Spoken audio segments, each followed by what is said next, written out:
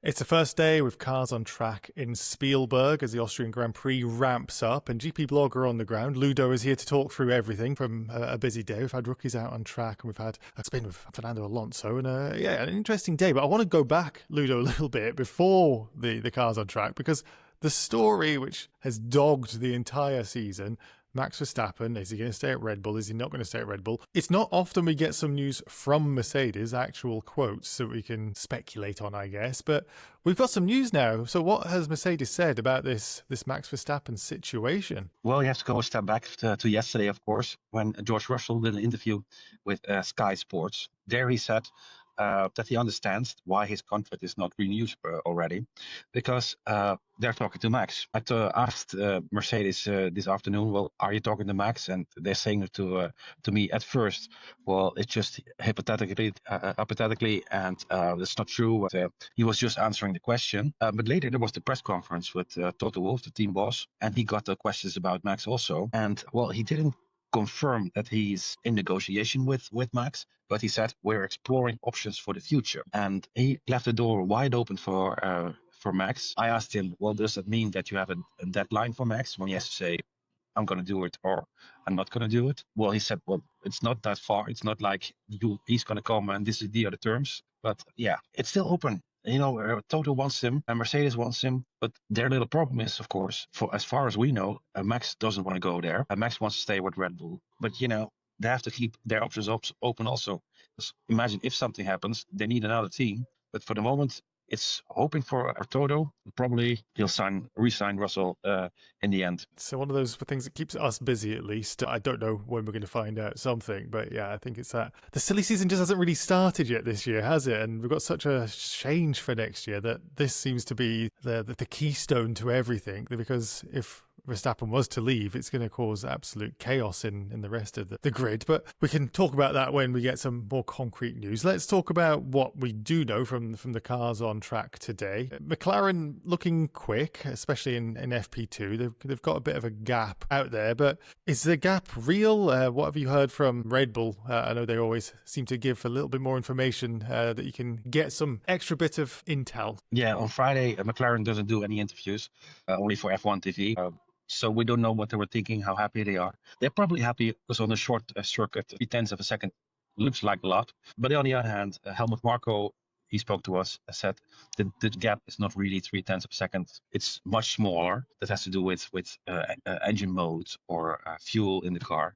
But he also said teams like Ferrari and Mercedes are also much closer to Red Bull again. So it could be in thousands. And if all falls apart, if it falls in each other, it's going to be a very interesting qualifying tomorrow with 4 teams going for pole. That's what Marco thinks. But on the other hand, I have to say, by the way, that McLaren is, of course, the favourite. Yes, we've established that so far this season. Always seems to be that caveat that McLaren are always going to be the favourites, but it doesn't always work that way when you have the actual cars on track with a little bit of Dutch magic sometimes. But it's been one of those days, because we're now back in the European season, that we've seen upgrades on track. I saw a lot of cars going with Floviz paint. We've seen some of the sensors, which make the cars look like spaceships to me. But what can you tell us about the upgrades? Are we going to see a little bit of a shake-up of the order or not? No, probably not. The teams are at the end of the development cycles. They're doing small things. For instance, Red Bull on the floor, McLaren on the wings. It could probably also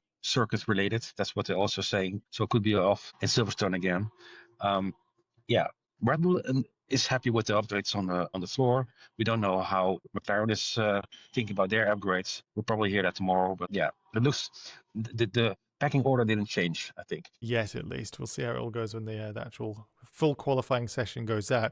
Let's talk about FP1 a little bit, because there's the story of the day on a fairly conventional day, no sprint or anything right now, but the story of the day was the McLaren second driver, or third driver, I guess, in some way, because Lando Norris wasn't in the car in FP1. He's replaced by Alex Dunn, bringing the Irish tricolour to the grid for the first time for a very, very long time. 22 years, I think I read. He didn't really waste any time in making a name for himself. If people hadn't heard of Alex Dunn before, F2 championship leader at the moment, they certainly would have now. P4 in FP1 and on pace with Oscar Piastri. Yeah, that was very strange, to be honest. First half an hour, he was only doing short runs, going out, coming in, going out, coming back in, and then suddenly He got red tires, and he was flying. He was only 1/10 behind Piastri in fourth place, and he looks totally comfortable with his car. Was he really that good? Well, Helmut Marko was asked about it, and he thinks that the engine mode was totally open for the guy to make an impression. We don't know that yet, but could be. Nevertheless, he did an outstanding job, and tomorrow we're going to talk to the guy.